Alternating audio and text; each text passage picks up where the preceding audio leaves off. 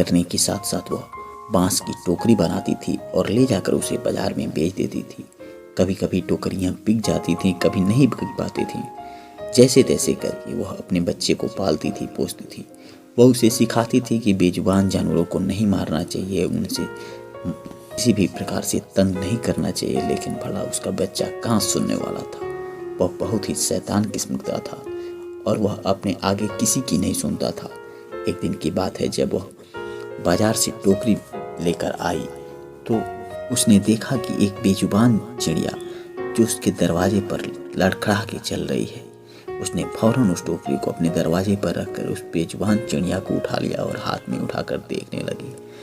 देखी तो उसका पैर टूट गया था। वह उसका मलहम पट्टी की और ले जाके अपने घर में रख दी।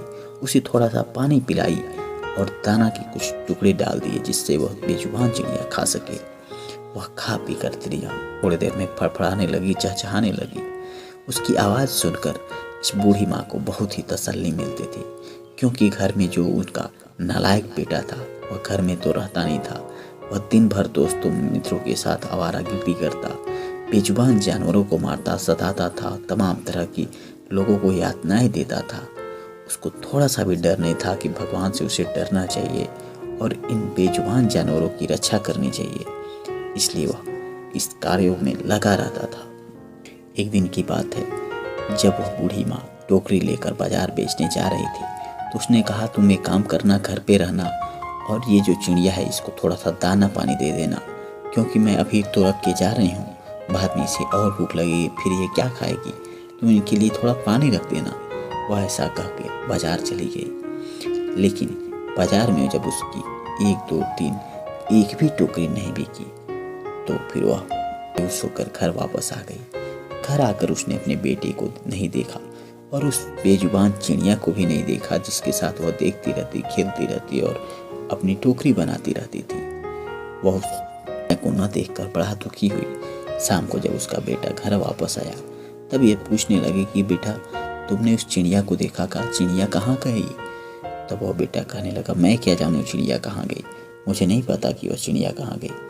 वह अपनी माँ को फटकारने लगा, बोलने लगा कि तुम ही चिड़ियों की देख रेख करो, मैं नहीं जानता। उसकी माँ कहने लगी, बेटा आज बाजार से एक भी टोकरी नहीं बिकी है, घर में खाने के लिए कुछ भी नहीं है, इसलिए जो कुछ खाना बचा है वह केवल एक ही आदमी खा सकता है, या तो तुम खा लो या तो मैं खा लूँ। उसका बेटा बहुत ही ज़्यादा मतलबी था। वह कहने लगा, फिर तुम खा के क्या करोगी, तुम्हें कौन सा भूख लग गई है इतना ज़्यादा। वह उस खाना को लेकर खुद खा लिया और सो गया। अगले दिन सुबह एक बागेश्वर भक्त उसके दरवाजे पर आए और उन्होंने उस बूढ़ी माँ से कहने लगे कि देखो, तुम जो प्रभु की इतनी सेवा सत्कार करती हो, बेजुबान जानवरों की सेवा करती हो, पशु पक्षियों की सेवा करती हो, इसलिए भगवान तुम पर बहुत ही ज़्यादा प्रसन्न है और तुम्हारे बेटे के जो भी गुनाह होते हैं उसको भी टाल देते हैं। लेकिन यह बहुत दिन नहीं चल सकता। तुम अपने बेटे को समझाओ, कोशिश करो कि वह मान जाए और इस तरह के जो भी कार्य वह कर रहा है वह उसे छोड़ दे। माँ अपने बेटे के बारे में ये सब बातें सुनकर बड़ा ही चिंतित में पड़ गई। वह कहने लगी कि आप कौन हैं और आप ऐसी बातें क्यों कर रहे हैं। वह बागेश्वर भक्त कहने लगे, मैं भगवान का भक्त हूँ और भगवान के द्वारा जो भी संदेश मिलता है मैं उससे पहुँचाने की कोशिश करता हूँ। मैं कोशिश करता हूँ कि लोगों की अधिक से अधिक भलाई हो सके, मैं लोगों के काम आ सकूँ, इसलिए मैंने उनकी संदेश तुमको पहुँचा दिया है। यदि तुम्हें इसे अमल में लाना है तो अपने बेटे को समझा लो, उसे सुधार लो, उसे अच्छे रास्ते पर ले जाओ, नहीं तो तुम्हारे कितने भी पुण्य कर लो, यदि वह पाप बहुत ज़्यादा करता जाएगा तो एक दिन उसका नाश हो जाएगा। इसलिए तुम अपने बेटे को समझाओ। ऐसा कहकर वह बागेश्वर भक्त फिर चले गए। वह बूढ़ी माँ बाजार चली गई और बाजार से लौटकर जब वह घर आई तो अपने बेटे को घर पर नहीं देखा। काफ़ी रात गुजर चुकी थी लेकिन उसका बेटा घर वापस नहीं आया था। इंतजार करते करते वह थकती जा रही थी कि उधर से वह गिरता पड़ता घर पर वापस आया। माँ ने बेटे से कहा, बेटा तुम यह क्या हाल बना रखे हो, तुम क्यों इतनी रात गए, देर देर रात तक आते हो। वह कहने लगा, तुमको क्या करना है, तुम अपना खाना खाओ, सो जाओ, मेरी चिंता मत किया करो तुम।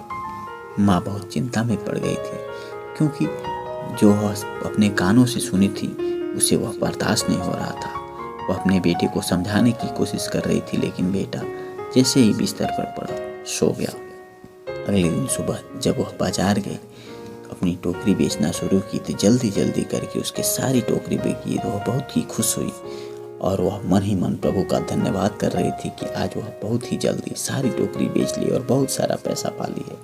वह वापस घर आई तो फिर वह बागेश्वर भक्तू से मिल गए और उसे कहने लगे कि देखो, मैंने तुम्हें समझाया था कि तुम अपने बेटे को समझा लो, उसे सही राह पर ले आओ, लेकिन शायद तुम भी नहीं चाहती हो कि तुम्हारा बेटा सही राह पर आए।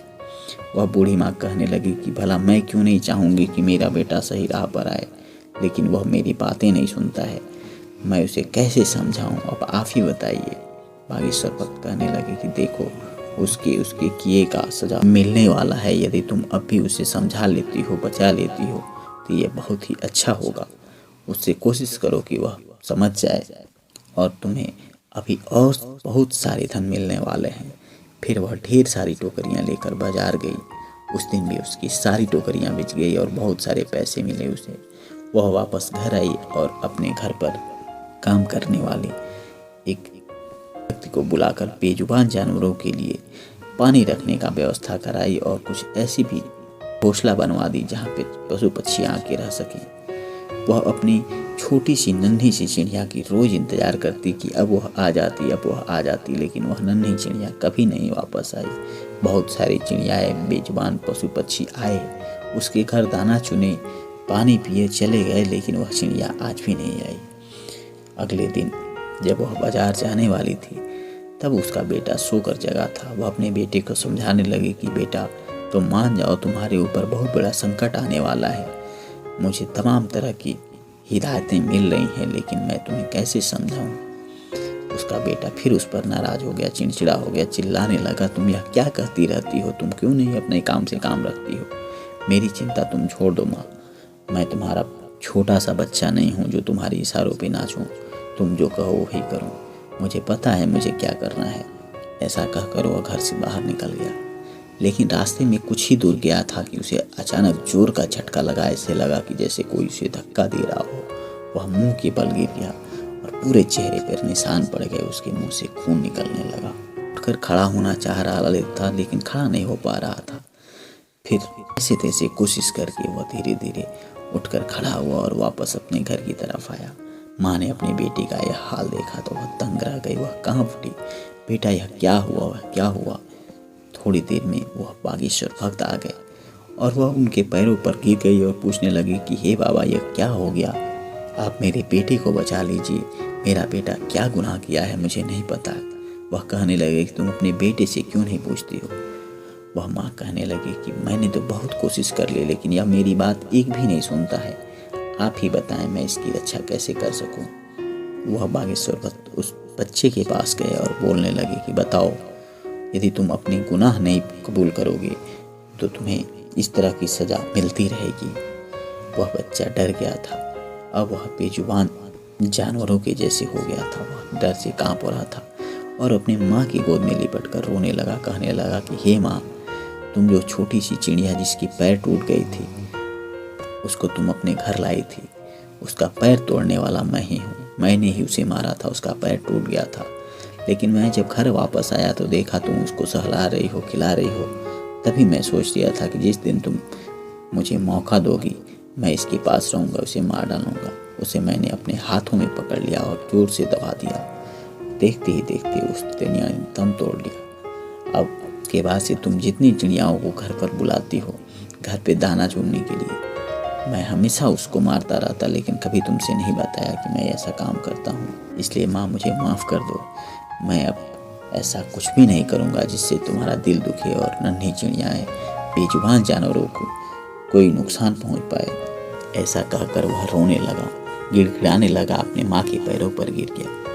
बागेश्वर भक्त ने कहा कि चलो, तुम्हारा बेटा अब अपना गुनाह कबूल कर लिया है और इसको किए कि इसकी सज़ा मिली है, इसलिए अब यह नेक रास्ते पर चलेगा, पशु पक्षियों की सेवा करेगा और कभी भी तुम्हारा दिल नहीं दुखाएगा।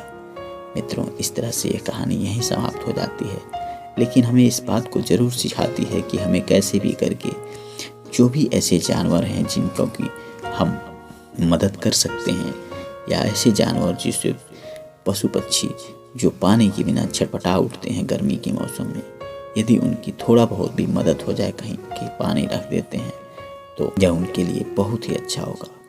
मित्रों, उम्मीद करता हूँ ये कहानी आपको अच्छी लगी होगी।